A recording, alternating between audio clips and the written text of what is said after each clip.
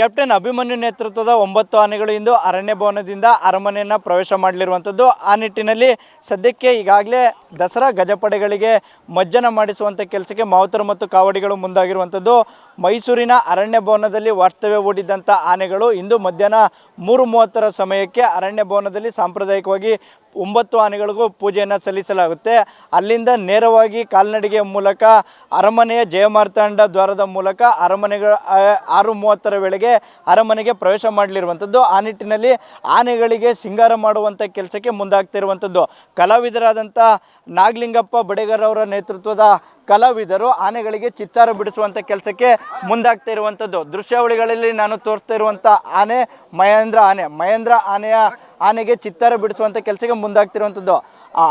ಆನೆಯ ಬಾಲ, ಕಾಲುಗಳು ಹಾಗೂ ಮುಖಕ್ಕೆ ಅತ್ಯಾಕರ್ಷಕವಾದಂಥ ಬಣ್ಣವನ್ನು ಬಿಡಿಸುವಂಥ ಕೆಲಸಕ್ಕೆ ಇಲ್ಲಿನ ಕಲಾವಿದರು ಮುಂದಾಗ್ತಿರುವಂಥದ್ದು.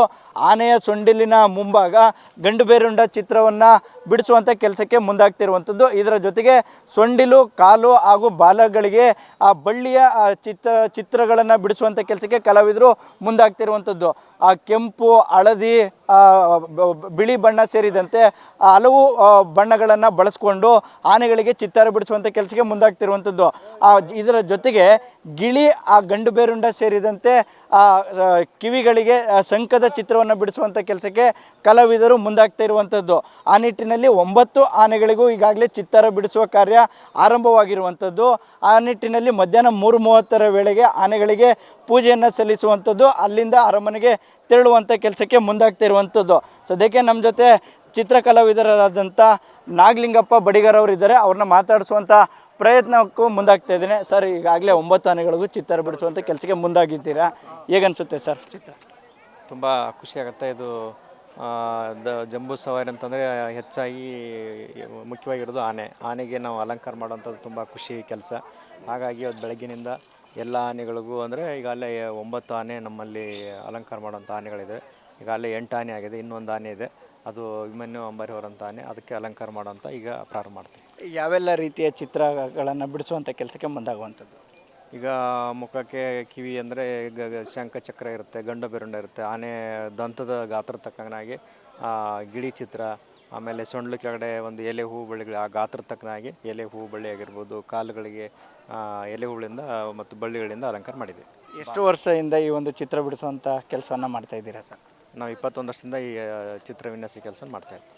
ಒಂದು ಕಡೆ ದಸರಾ ಜಂಬೂ ಸವಾರಿಯಲ್ಲಿ ಭಾಗಿಯಾಗುವಂಥ ಆನೆಗಳು ಕ್ಯಾಪ್ಟನ್ ಅಭಿಮನ್ಯುವಿಗೆ ಅಂಬಾರಿ ಹೊರುವಂಥ ಆನೆಗಳಿಗೂ ಚಿತ್ರ ಬಿಡಿಸುವಂಥ ಈ ಒಂದು ಪುಣ್ಯದ ಕೆಲಸ ಸಿಕ್ಕಿರೋದ್ರ ಬಗ್ಗೆ ಎಷ್ಟು ಖುಷಿ ಇದೆ ಸರ್ ತಮಗೆ? ತುಂಬ ಇದೊಂದು ಅವಕಾಶ ನಮಗೆ ಭಾಳ ಒಂದು ಚಾಮುಂಡೇಶ್ವರಿ ಸೇವಾ ಮತ್ತು ಒಂದು ಹೆಮ್ಮೆಯ ಒಂದು ಕೆಲಸ. ಈ ಖ್ಯಾತ ದಸರಾ ಇದೆಲ್ಲರೂ ನೋಡ್ತಾರೆ, ತುಂಬ ಜನ ಎಲ್ಲರೂ ನಡಿಬೇಕಾದ್ರೆ ವಯ್ಯಾರದಿರುತ್ತೆ, ಖುಷಿ ಪಡ್ತಾರೆ, ಎಲ್ಲರೂ ಹೇಳ್ತಾರೆ ಚೆನ್ನಾಗಿ ಬರೆದಿದ್ದೀರಿ ಅಂತ ಹೇಳ್ಬೋದು. ಯಾವೆಲ್ಲ ಬಣ್ಣಗಳನ್ನು ಬಳಕೆ ಮಾಡ್ಕೊಳ್ಳಾಗಿದೆ ಸರ್?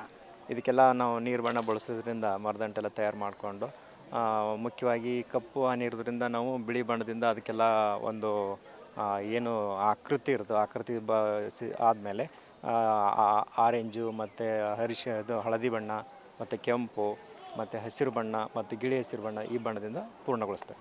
ಎಷ್ಟು ಕಲಾವಿದರು ಚಿತ್ರ ಬಿಡಿಸುವಂಥ ಕೆಲಸಕ್ಕೆ ಮುಂದಾಗ್ತಾ ಇದ್ದೀರಾ? ನಮ್ಮ ತಂಡದಲ್ಲಿ 6 ಜನ ಇದ್ದೀವಿ, ನಾವು ಮುಖ್ಯಸ್ಥರು.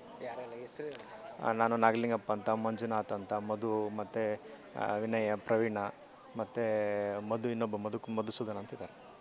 Thank you.